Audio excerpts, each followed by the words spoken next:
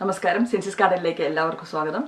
ഞാൻ ഇന്നിവിടെ ഇരിക്കുന്നത് ഏപ്രിൽ 7-ാം തീയതി ഇമിഗ്രേഷൻ മിനിസ്റ്റർ എറിക്ക സ്റ്റാൻഫോർഡ് നടത്തിയ ഇമിഗ്രേഷൻ ചേഞ്ചസിൻ്റെ ഒരു അപ്ഡേറ്റ് തരാൻ വേണ്ടിയാണ്.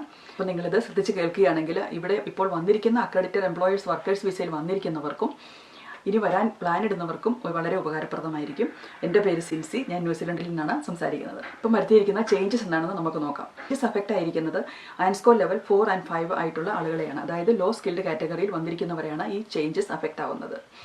ഇനി പറയുന്ന ഈ ഡേറ്റുകൾക്കാണ് പ്രാധാന്യം. 2023 ജൂൺ 21 മുമ്പും 2024 ഏപ്രിൽ 7 ശേഷവും വരുന്നവർക്കാണ് ഈ ചേഞ്ചസ് അഫക്റ്റ് ആയിരിക്കുന്നത്. അതായത് അവരുടെ മാക്സിമം ലെങ്ത് ഓഫ് സ്റ്റേ എന്ന് പറയുന്നത് 3 വർഷമായി ചുരുക്കിയിരിക്കുകയാണ്. അത് പ്രീവിയസ്ലി 5 വർഷമായിരുന്നു. അവർക്ക് ഇംഗ്ലീഷ് ലാംഗ്വേജ് റിക്വയർമെൻറ്റ് മസ്റ്റാക്കിയിരിക്കുകയാണ്. നേരത്തെ അതിൻ്റെ ആവശ്യമില്ലായിരുന്നു.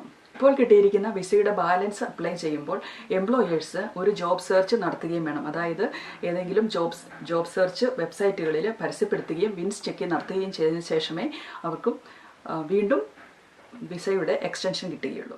2022 ജൂൺ മാസത്തിലാണ് ഇങ്ങനെയൊരു നിയമം വന്നത്.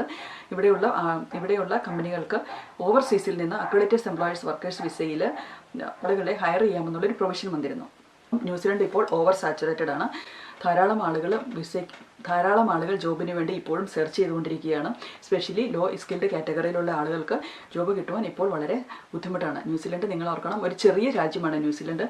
അതുകൊണ്ട് തന്നെ ഇനി ന്യൂസിലൻഡിലേക്ക് വരുന്നത് ഒന്നുകൂടി ആലോചിച്ചിട്ട് വേണം ന്യൂസിലൻഡിലേക്ക് വരുവാൻ എന്നുള്ളതാണ് എനിക്കിപ്പോൾ നിങ്ങളോട് പറയാനുള്ളത്. ഇനി അക്രഡിറ്റഡ് എംപ്ലോയേഴ്സ് വർക്കേഴ്സ് വിസയിൽ വന്നിരിക്കുന്നവർക്ക് മാക്സിമം ലെങ്ത് ഓഫ് സ്റ്റേ ആയിക്കഴിഞ്ഞെങ്കിൽ ഒരു 12 മാസം ഒരു സ്റ്റാൻഡ് ഡൗൺ പീരീഡ് ഉണ്ട്. അതായത് വേറെ ഏതെങ്കിലും രാജ്യത്ത് പോയി നമ്മൾ 12 മാസം ചെലവഴിക്കുക എന്നുള്ളതാണ് ഈ സ്റ്റാൻഡ് ഡൗൺ പീരീഡ് കൊണ്ട് ഉദ്ദേശിക്കുന്നത്. നമ്മൾ വേറെ ഏതെങ്കിലും ഒരു വിസയിലേക്ക് മാറുകയാണ് ചെയ്യേണ്ടത്. അതായത് വർക്ക് ടു റെസിഡൻസ് എന്ന വിസയോ അങ്ങനെ എന്തെങ്കിലും ഒരു സ്റ്റുഡൻറ്റ് വിസയിലേക്കോ എങ്ങനെയെങ്കിലും വേറെ ഏതെങ്കിലും ഒരു വിസയിലേക്ക് മാറുവാനുള്ള ഒരു സാധ്യത കാണുന്നുണ്ട്. ഈ ലോ സ്കിൽഡ് കാറ്റഗറിയിൽ അക്രഡിറ്റഡ് എംപ്ലോയേഴ്സ് വർക്കേഴ്സ് വിസയിൽ വരുന്നവർക്ക് അടുത്തായി വരുത്തിയിരിക്കുന്ന ചേഞ്ചസ് എന്താണെന്ന് ചോദിച്ചെങ്കിൽ അവർ ഏത് ജോലിക്കാണോ അപ്ലൈ ചെയ്യുന്നത് ആ ജോലിയിലേക്ക് അനുയോജ്യമായ ക്വാളിഫിക്കേഷനും 3 വർഷമെങ്കിലും വർക്ക് എക്സ്പീരിയൻസും വേണമെന്നുള്ളതാണ് ഇപ്പോഴത്തെ ഒരു നിയമത്തിൽ വന്നിരിക്കുന്ന മാറ്റം. അതുപോലെ തന്നെ ഗ്രീൻ ലിസ്റ്റ് റിവൈസ് ആക്കിയിട്ടുണ്ട്. വർക്ക് ടു റെസിഡൻസിലേക്കും സ്ട്രേറ്റ് റെസിഡൻസിലേക്കുമുള്ള ആളുകളുടെ കാറ്റഗറിയിൽ മാറ്റം വരുത്തിയിട്ടുണ്ട്. അത് നിങ്ങൾ ന്യൂസിലൻഡ് ഇമിഗ്രേഷൻ്റെ വെബ്സൈറ്റ് ചെക്ക് ചെയ്തെങ്കിൽ മനസ്സിലാവുന്നതാകും. അത് ന്യൂസിലൻഡ് ഇമിഗ്രേഷൻ്റെ വെബ്സൈറ്റ് ചെക്ക് ചെയ്താൽ നിങ്ങൾക്ക് മനസ്സിലാവുന്നതാണ്. അത് ഞാനിവിടെ ഈ സ്ക്രീനിൽ നിങ്ങളെ കാണിക്കുന്നതായിരിക്കും. ഇനി പുതിയതായിട്ട് വരാൻ ആഗ്രഹിക്കുന്നവർ ന്യൂസിലൻഡ് ഇമിഗ്രേഷൻ്റെ വെബ്സൈറ്റ് ചെക്ക് ചെയ്തിട്ട് വേണം നിങ്ങൾ വരുവാൻ വേണ്ടി. ഏജൻറ്റ്സ് പറഞ്ഞു എന്ന് പറഞ്ഞ് നിങ്ങൾ വന്ന് ഇവിടെ ചീറ്റ് ചെയ്യപ്പെടാതിരിക്കുവാൻ വേണ്ടിയാണ് ഞാൻ നിങ്ങളോട് ഇപ്പോൾ ഇത് പറയുന്നത്. സ്ട്രേറ്റ് ടു റെസിഡൻസ് കാറ്റഗറിയിലും വർക്ക് ടു റെസിഡൻസ് കാറ്റഗറിയിലും ഉൾപ്പെടുത്തിയിരിക്കുന്ന ഹൈലി സ്കിൽഡ് ആളുകളെയാണ് ഉൾപ്പെടുത്തിയിരിക്കുന്നത്. അതായത് aviation engineers, aerospace engineers, aeronautic engineers, അങ്ങനെയുള്ളവരും ഡോക്ടേഴ്സ്, കാർഡിയോളജിസ്റ്റ്, അനസ്തെറ്റിസ്റ്റ് അങ്ങനെയുള്ള ആളുകളെയാണ് സ്ട്രേറ്റ് റെസിഡൻസ് പാത്വേയിൽ ഉൾപ്പെടുത്തിയിരിക്കുന്നത്.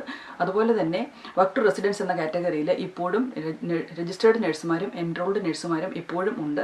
പക്ഷേ ഒരു കാര്യം നിങ്ങളോട് പറയുവാൻ ഞാൻ ആഗ്രഹിക്കുകയാണ്. ഇപ്പോൾ ന്യൂസിലൻഡിൽ നഴ്സുമാരുടെ ജോലി സാധ്യതകൾ കുറഞ്ഞിരിക്കുകയാണ്. അതുപോലെ തന്നെ ഒരു കാര്യം കൂടെ പറയാനുള്ളത്, സെക്കൻഡറി സ്കൂൾ ടീച്ചേഴ്സിനെ വർക്ക് ടു റെസിഡൻസ് കാറ്റഗറിയിൽ ഉൾപ്പെടുത്തിയിട്ടുണ്ട്. ഇത്രയും കാര്യമാണ് ഞാൻ പറയാൻ ഉദ്ദേശിച്ചത്. ഞാൻ ഇമിഗ്രേഷൻ അഡ്വൈസർ അല്ല, പക്ഷേ നിങ്ങളുമായിട്ട് ഇതൊന്ന് ഷെയർ ചെയ്യണമെന്ന് ആഗ്രഹിച്ചുകൊണ്ട് മാത്രമാണ് ഇപ്പം പറഞ്ഞത്.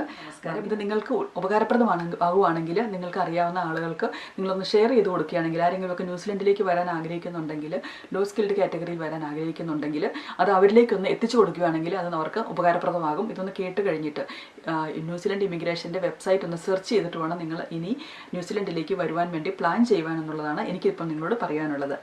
നന്ദി, നമസ്കാരം, thank you very much, by.